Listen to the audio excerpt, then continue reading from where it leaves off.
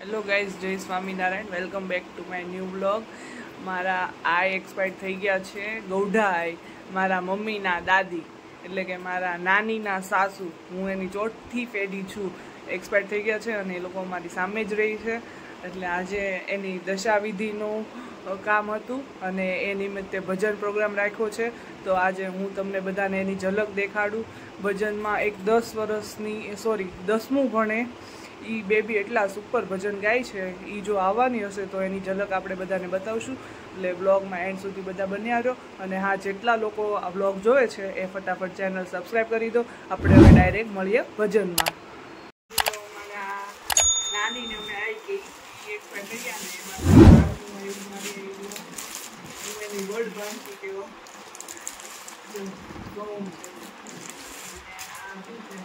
લોહી આવી રીતે બધાને બહુ મોટું ડાન્સ કર્યું છે. અને આજે ભજન પ્રોગ્રામ અને આ અમારા નાનીમાં છે ને 101 વર્ષ અમે લખાયું છે, પણ એનાથી વધારે ઉંમર હતી. એટલે બહુ સારું જીવન જીવીને ગયા છે. એટલે મારે એનો પ્રસંગ છે ને મારા મામાની બધા વિવાહ જેવો પ્રસંગ કર્યો છે. એટલે આપણે બ્લોગમાં ભજન બધાને બતાવું. બધા બ્લોગ આખો જોવો.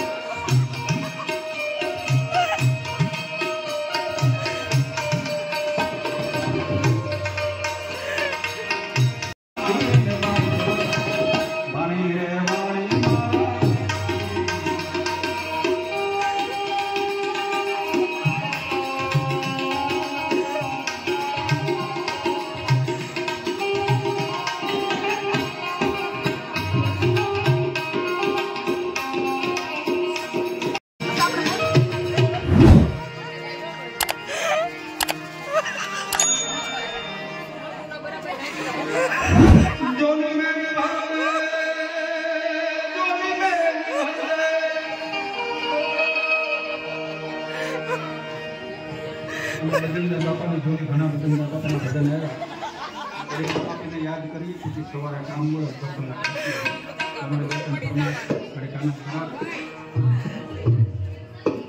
અને મોટો પરિવાર અવાજ કરો માં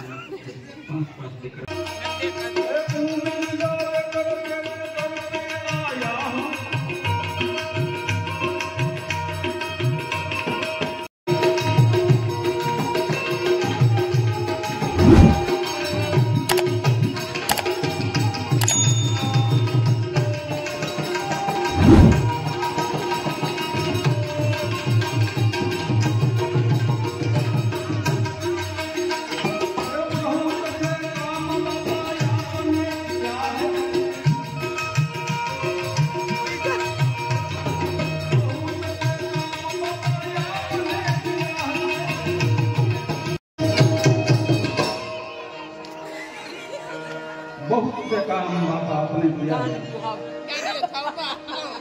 बगडाना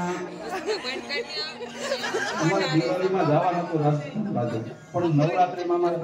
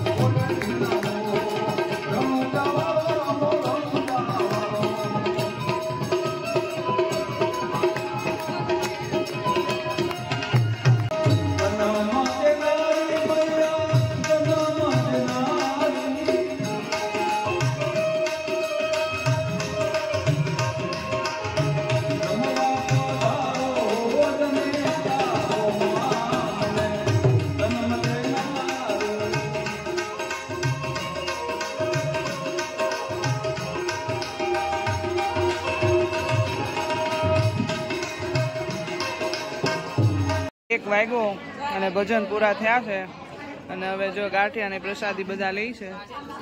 અહીંયા બધું હંકેલાવા માંડ્યું છે. આ એક્સપાયર થઈ ગયા ને એ લોકોનું ઘર અમારી સામે જ છે. જો સામેનું દેખાય, જો અમારી ઘર આગળ મંડપ છે. હવે 1 વાગી ગયા, ભજન પૂરા થઈ ગયા અને આ તો ગૌઢા હતા. આ એટલે મારા મમ્મીના દાદી, એટલે હું એની ચોથી પેઢી છું.